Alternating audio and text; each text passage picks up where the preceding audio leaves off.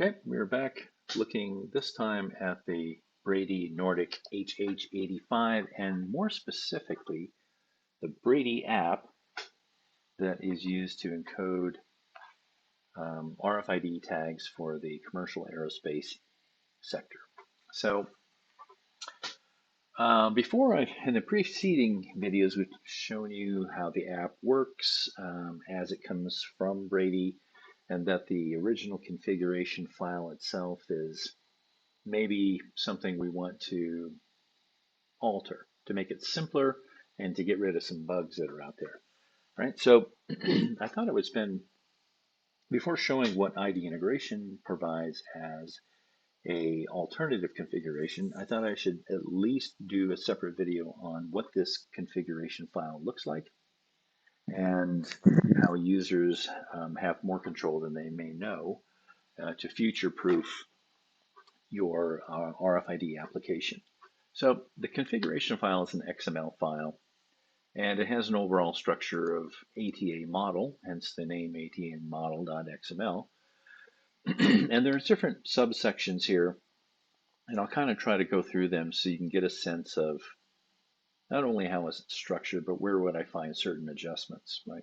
This first one, application configuration, is relatively small, but it's here where you can identify a completely different password.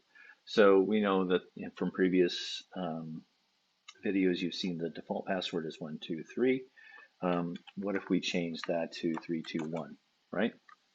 And if we leave the rest of this here, this is for more of, we're not going to use the DoD format, so it really doesn't matter. We'll just leave that. And that's really all that's needed for us in this application configuration section. So let's close that down again. Validation rules. This is where we can identify the rules that define what characters are allowed within a certain data field. So there's some data fields that should be numeric, others are alphanumeric, some are limited to a certain length, some require a certain length, right? And this is where we define those rules, and we do so by using JavaScript regular expressions. Now, Brady has their set of rules, and I find them overly restrictive and in terms of what's allowed and not allowed. A good example would be in the description field for a part, they don't allow a space character, which is not correct. You can, you just have, it's true that you can't have a space character, but what we do is we substitute an underscore many times for an actual space so that when you encode it, you can still read it with multiple words. So that's one filter code that we do differently. We have date fields that check more thoroughly than what the Brady one does. So if you tried to put in February 29th on a non-leap year, it would catch it, so things like that. And that's in the validation rules section. Next one is option collections. And this gets a little bit, like this first one here, what are the filter codes that you could use within the 2016 spec? And they're listed here. Now, if you don't want to have all of those listed, let's say you're a company that only makes oxygen generators and you're always going to have 15, you can actually alter this document to just show that one. Just delete or comment out these other lines, and you'll only see that as a pull-down menu. Okay? So this continues. I have some other ways that ID integration creates kind of clones, so we don't really delete the original options that are allowed in the ATA spec, but we allow customers to create a subset so that it's you're not scarring the original intent of whatever it is, 25 different filter codes, but you can we have a clone version that we can display only those sections that you want to. Same thing with country codes, same thing with service codes. All of these pull down options that would occur in one menu or another. Okay, that's defined in the option collections. And let's go down even further now to tag profiles. This is a really, really smart one. Since the beginning, Brady has always been committed to the idea that, hey, tags are going to change.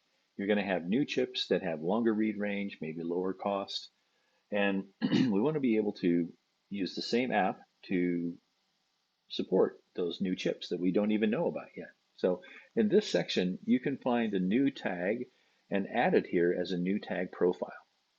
You'll notice this is Brady. This is a Brady piece of software, and they support not only their own tags, but also commercial tags and competitor tags, Fuji and Tigo.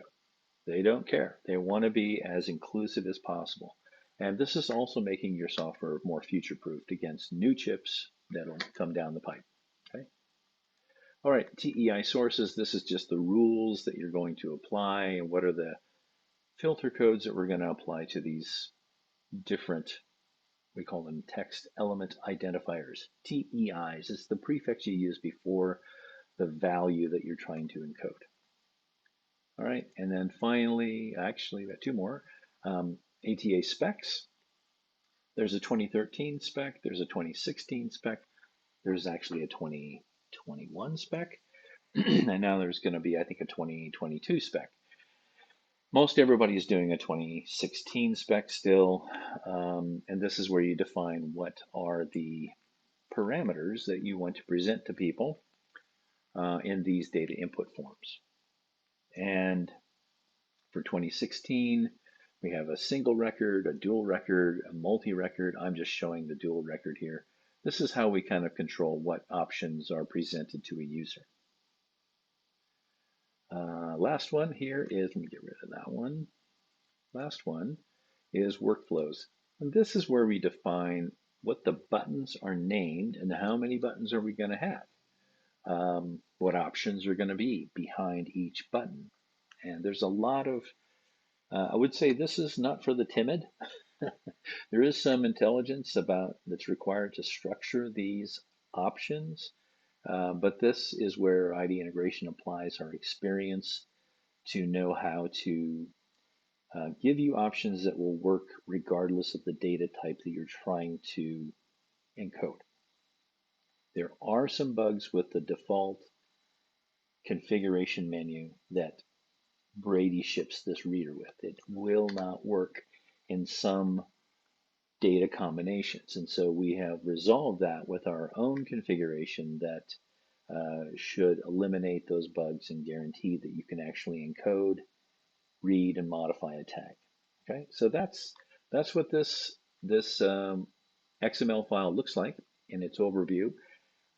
We'll let you explore that on your own. We've already shown a video showing you how to actually transfer that file to the reader and where to place it and what to call it.